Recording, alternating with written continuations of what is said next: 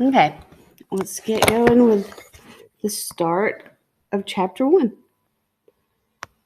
So we're going to start solving equations today. Now, there's a big difference between an equation and an expression. An equation is a statement that two things are equal. Like if you see that 3x plus 7 is the same thing as 5x minus 9, that's an equation. 3x plus 7 on its own, that's just called an expression. Put this up. You're not saying that it's equal to anything. You're just saying, oh, this stands for some number, and it would all depend on what the x is, but that's just an expression. We're going to solve equations. Okay. The kind we're going to start out with are the simplest possible ones, linear equations in one variable. So it's things that you can move around and get them into this form so that whatever is, and don't think it has to be an x. The most common variable we use is x, but they can be any variable. But it's like, if you had 3x plus 5 is 0, we can say that's a linear equation in one variable. You could do x minus 10 is 0 because that's like a 1 in front of the x.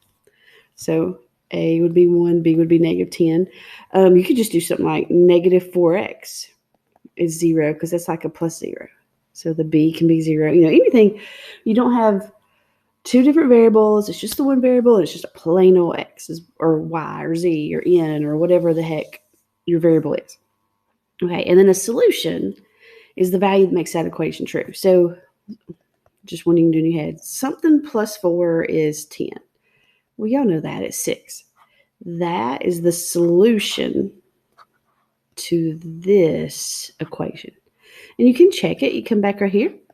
6 plus 4. Yep, it equals 10 all day. I'm a big fan of just writing the solution is whatever the variable is equals 6. Some folks like what's known as a solution set,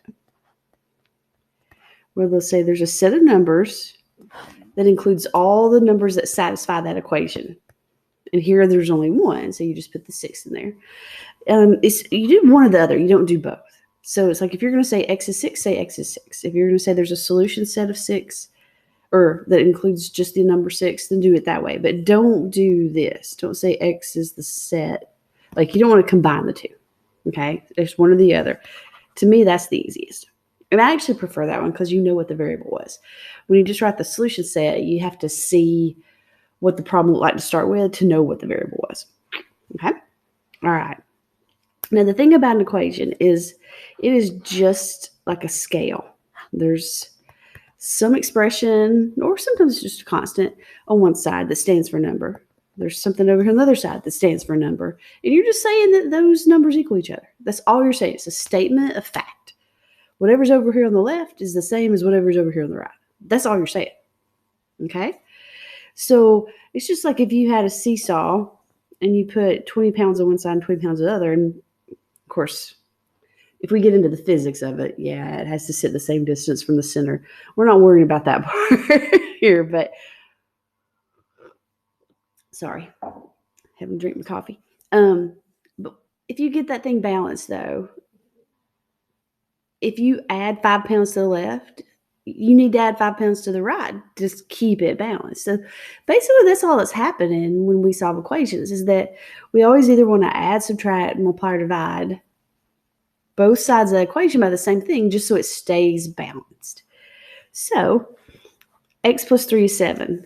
Am I happy that you look at that and go, I know it's 4? Yeah, I do too. Great. Okay. And if it were just a matter of, hey, let's just solve this and be done with it, I could totally live with y'all saying x is 4. But we're going to practice up a good way to solve these. And just so that when they get more complicated, it's like, oh, well, yeah, I already know how to do that. So we're going to start out. And our goal is to get the variable by itself. Okay. So let's see. Let's do it this way. So here's our original equation. Trying to get x all along. So it's basically you're just undoing whatever's there that needs undoing. Like I don't want it to say x plus 3. I want it to just say x. So what's in the way? Plus 3. So what I'm going to do is subtract 3 from the left-hand side because 3 minus 3 gives me nothing. But if I do that to the left, I have to do it to the right because I got to keep it balanced. So that leaves me x on the left, and it gets me x is 4 over here. So when I'm saying justify each step, I subtracted 3 from both sides of my equation so I can get the x all alone. And when it says check your answers, you just go to the original problem. 4 plus 3, yep, that's 7. I know I got it right. Okay. I know probably if you've done this in the past, most of you did it that way. Not a fan. So you're not going to see me do that. There's absolutely nothing wrong with it. Almost everybody does it the way. I just prefer to work it vertically because I'm actually going to end up, once we move on a day or so, I'm not going to necessarily show one part of it anymore. But you'll see there when I get to it. Okay, so same thing here. I'm going to start out with this x minus 8 being 10. My goal is to get x over here by itself. The minus 8's in the way. So to get rid of subtracting 8, I'm going to add 8 because negative 8 plus 8 is 0. But if I add 8 to the left, I have to add 8 to the right. So see what we're doing? We're starting out. Like here's the original problem. There it still sits. But I did the same thing to both sides. So I get x, 10 plus 8's 18.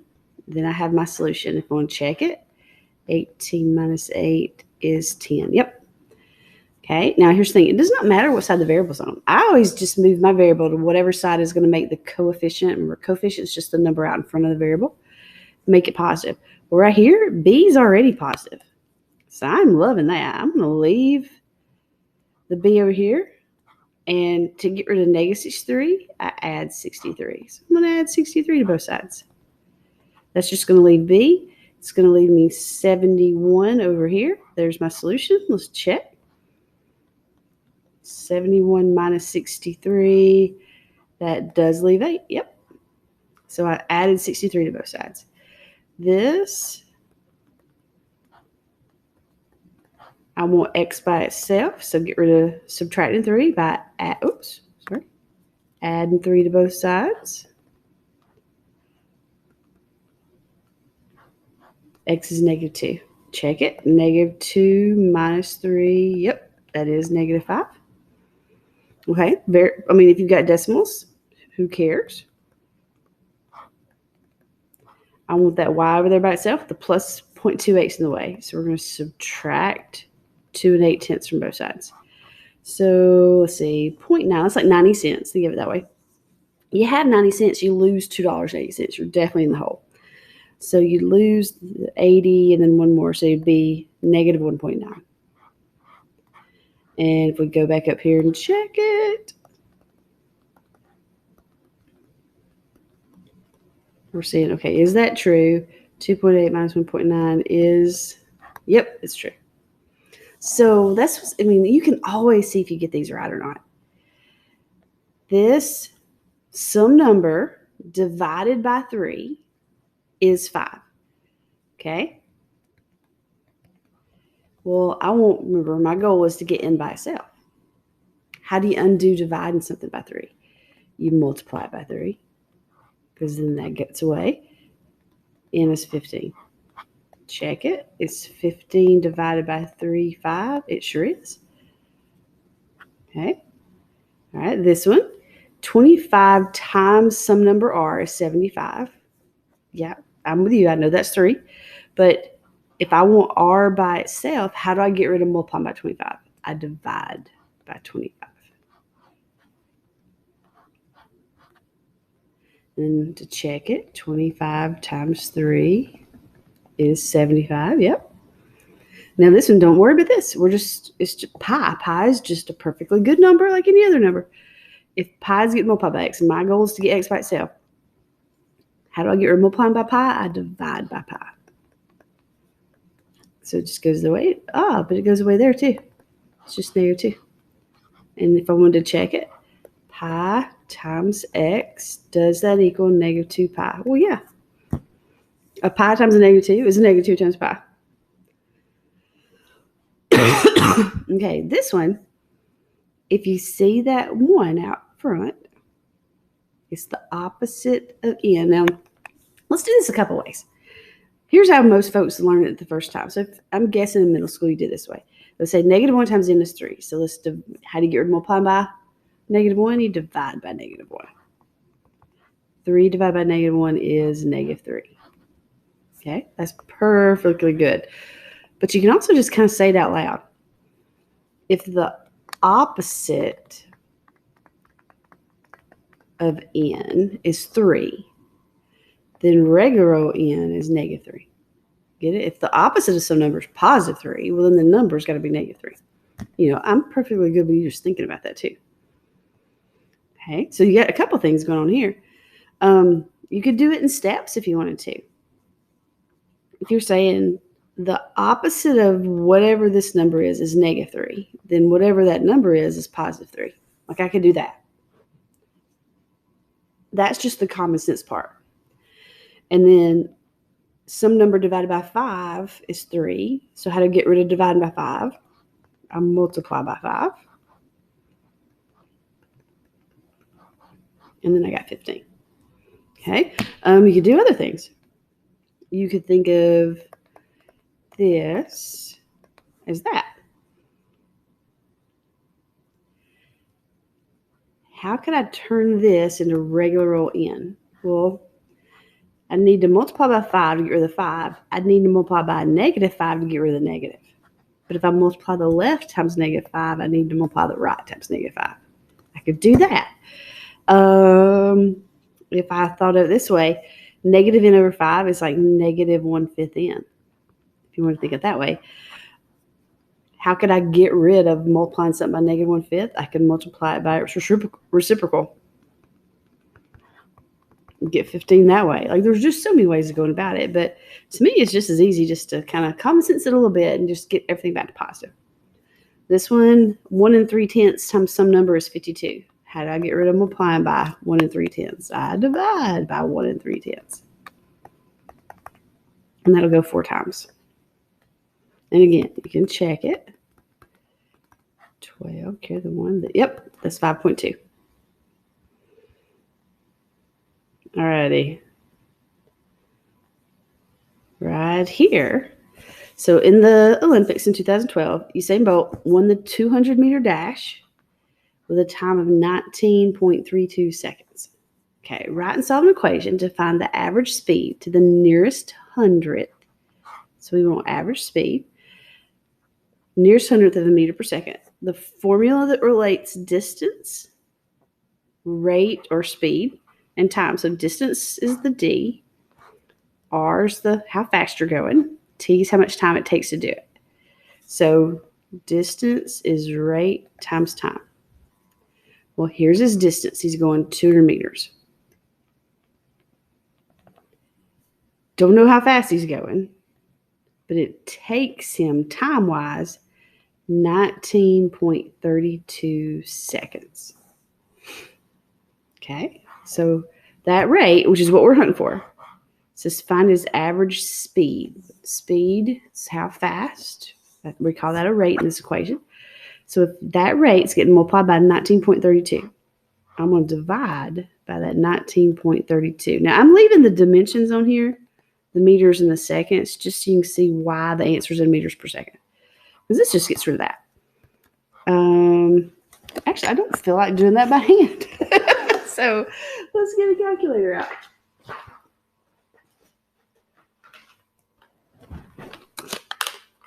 Because they want us to round off anyway. So what it's saying is to do 200 and divide it by 19.32. Now it's going to come up on the calculator screen as 10.3519667. Nearest hundredth, second decimal place. Remember, tenths, hundredths.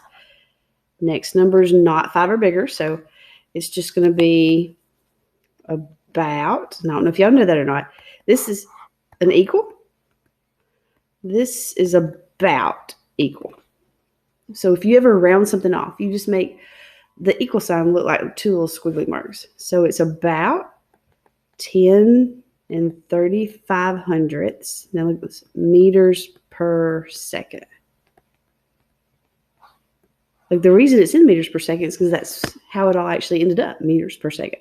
You don't have to keep the meters and seconds in there when you're working the problem. Just realize it's going to be in meters per second.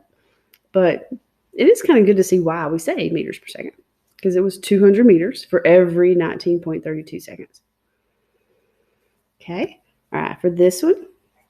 So one day in January 1943, temperature in Spearfish, South Dakota it went from 54 degrees at 9 in the morning to -4 degrees at 9:27. So how many degrees did the temperature fall? So let's do, I'm going to define my variable. I'm going to let X be the number of degrees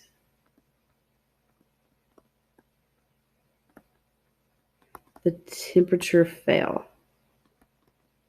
So it started out at 54. And then it fell some amount of degrees and ended up at -4. Okay. So what I'm going to do first, and I like it this way, like -x, I can put that first.